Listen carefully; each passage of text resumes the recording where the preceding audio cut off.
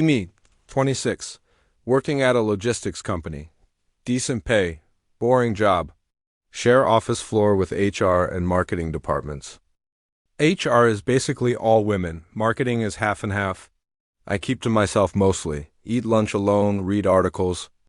One day, new HR head gets hired. Her name is Priscilla. She calls a mandatory culture alignment meeting. Entire floor has to attend. Walk in and there are printed slides on every chair. Dismantling invisible hierarchies in the workplace. Guy next to me raises his eyebrows. I just stare at the ceiling.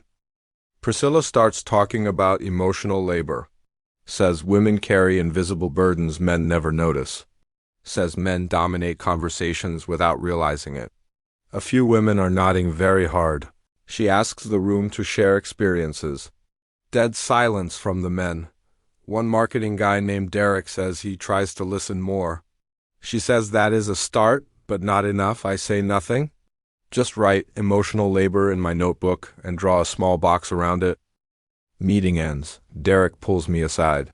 Dude, you should have said something. I ask him what exactly I should have said. He shrugs. I go back to my desk, check my delivery manifests. Life goes on. 3 weeks later, Priscilla sends a company-wide email. Subject line: Men, we need to talk. Everyone on the floor reads it simultaneously. You can feel the tension in the air. Email says men in the office are not doing enough. List things like holding doors, making coffee, speaking over women. Says these are symptoms of deeper systemic problems. Says we should reflect deeply. Derek responds to the email, hits reply all. Says he fully agrees and will do better. Guy in accounting named Fabian rolls his eyes so hard I can hear it from 2 desks away. I do not reply. I read it twice, close it. Go back to my spreadsheet. Lunch comes. I am in the break room heating up rice. Priscilla walks in with 2 colleagues. They are talking about the email responses, praising Derek loudly. One of them notices me. You did not reply, did you? I say no. Why not? I say because I did not have anything to add. Priscilla looks at me like I just said something criminal. That silence is exactly the problem. I stir my rice. Silence is complicity. I say I will think about it. She seems unsatisfied. They leave. I eat my rice alone. It was good rice, actually. That evening I go home and actually think about it, not because she told me to. Just because I am a person who thinks about things. Do men dominate conversations? Yes, some do. Do I barely talk at all? Does my silence make me complicit? In what exactly? I write down questions in a notebook. Not answers, just questions. Fall asleep before I finish? Next day at work? Fabian stops by my desk. You see that email? Yes. What do you think? I tell him honestly. I say some of it is valid. I say some of it is broad. He snorts. She is just on a power trip. I tell him that is a dismissive raid. He looks surprised. You sound like you agree with her. I say agreeing with part of something is not the same as agreeing with all of it. He goes back to his desk looking annoyed. I realize this topic has a gravity to it. Everyone gets sucked in. And most people pick a side immediately. Neither side seems entirely right to me. Week goes by. Priscilla announces a workshop. Optional attendance, but strongly encouraged. Topic: Unpacking male privilege at work. Derek signs up immediately. Sends a follow-up email saying he is looking forward to growing. Fabian audibly groans. I stare at the sign-up sheet for a long time. I sign up, not to perform anything, just to see what actually gets said. Workshop day, small conference room, 12 people including me. 8 women, 4 men. Facilitator is an outside consultant named Gloria. Gloria starts by asking everyone to define privilege. Various answers. Derek says it means not having to think about certain things.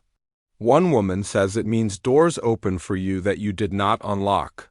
I say it is structural advantage that often goes unnoticed by those who have it. Gloria seems pleased with all 3. Workshop continues. We do an exercise. Everyone writes on a card one time they felt invisible at work. Cards go in a pile. Gloria reads them aloud. One card says, I presented an idea and a man repeated it and got credit. Several women nod. Another says, I was talked over in 3 meetings in 1 week. More nodding. My card says, I eat lunch alone every day and no one has ever asked why. Gloria reads it, pauses, looks around the room. This one is interesting. She asks whose it is. I raise my hand. She asks me to explain. I say I just noticed that invisibility is not only a gender experience. Room gets quiet. One woman says, but that is different. I ask how. She says women are invisible because of power structures. I say I do not disagree. I'm just noting that loneliness is not exclusive. Gloria nods slowly. Both things can be true. Derek looks confused. Fabian was not there, so he cannot be smug about it. Workshop ends. I walk back to my desk, feel neither vindicated nor defeated. Just present. Gloria stops me in the hallway. You ask good questions in there. I say thank you. Do you actually think about this stuff normally? I say yes, mostly alone, mostly in notebooks. She smiles. That is how it should start. She gives me a card for a reading group she runs. I take it, back at my desk.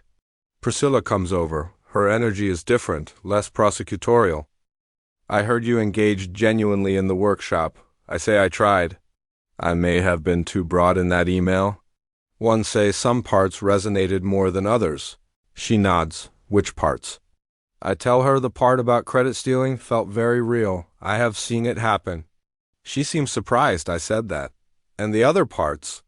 I say the framing of all male silence as complicity felt too wide. She is quiet for a moment.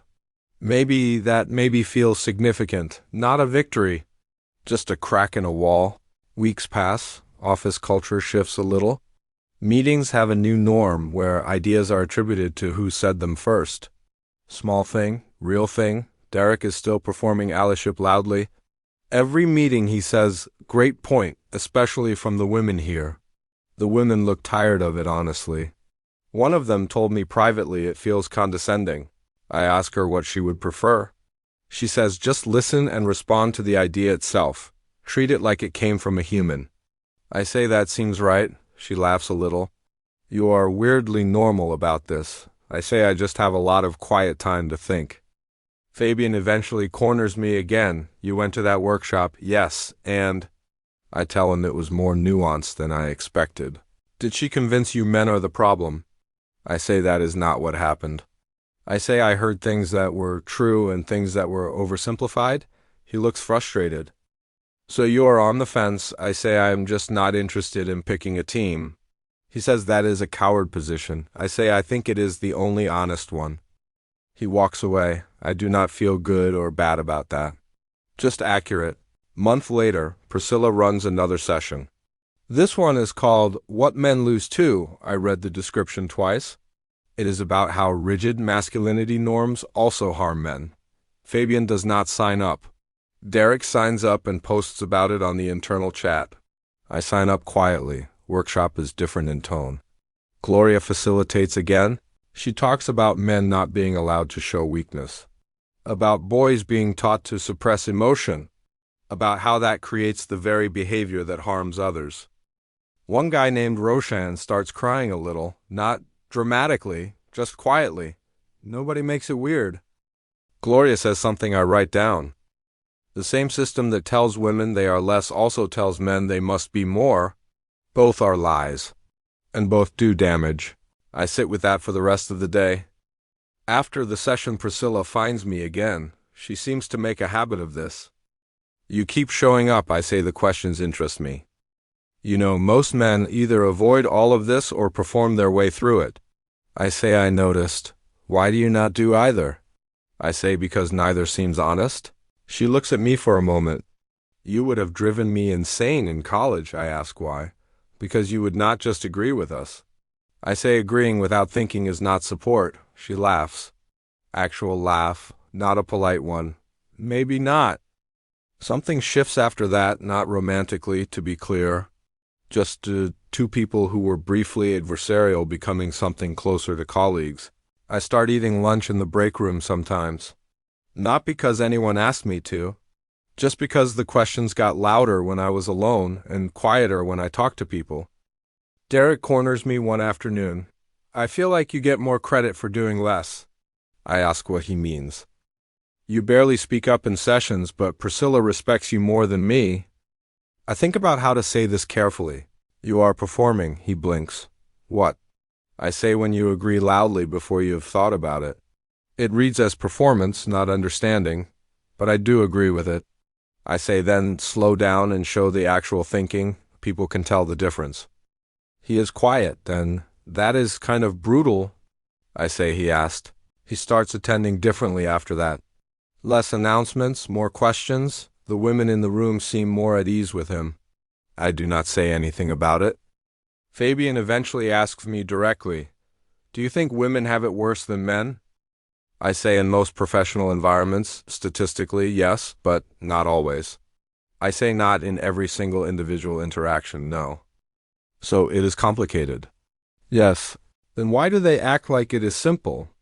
I say some of them have been hurt enough that simplicity feels like protection. And the ones who have not been hurt. I say some people inherit the anger of those who were. Fabian thinks about that. That is almost fair. I say almost is fine. Absolute is suspicious. He snorts. Does not walk away this time. We eat lunch together twice that week. He is actually pretty funny. Months pass. I get asked to speak at a company lunch about the workshops. I almost say no. I say yes. I stand up in front of maybe 40 people. I do not have slides. I just talk.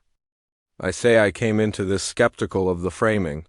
I say I left with more questions than answers. I say that felt more useful than arriving at certainty. I say the workshops were not perfect. Some of the language was too broad. Some of the examples were more about individual bad behavior than systems. But the underlying observation about invisible labor and structural patterns, that part was real. I say I also think men carry invisible things that no one names. Not to compete with women's experiences. Just because ignoring it creates the pressure that eventually explodes outward, I say the goal should not be to win an argument. The goal should be to build something that does not require anyone to be invisible. I sit down, room is quiet for a second. Then normal applause. Priscilla nods from across the room. Fabian slow claps once sarcastically, but he is smiling. Derek looks like he is taking notes. I hope he actually reads them later. After the lunch, Roshan comes up to me. That was the most honest thing I have heard in one of these. I ask if I said anything offensive. He laughs. No, that is the thing, you said uncomfortable things without being cruel. I say I tried. How? I say I just kept asking myself if what I was saying was true, not whether it would be received well. Just whether it was true. He thinks about that. Most people do the opposite, I say yes. Why, I say, because truth is harder to defend than a tribe. He walks away looking like he is going to write that down somewhere. I hope he does. Drive home that evening, windows down, thinking about nothing specific. Just the feeling of a long question settling into something livable. I do not have a manifesto. I do not have a side. I have a notebook full of questions and a desk I eat lunch at less often now. It is not a revolution. It is not a surrender. It is just a person trying to think clearly in a world that rewards not thinking at all. And honestly, that might be the hardest thing any of us do.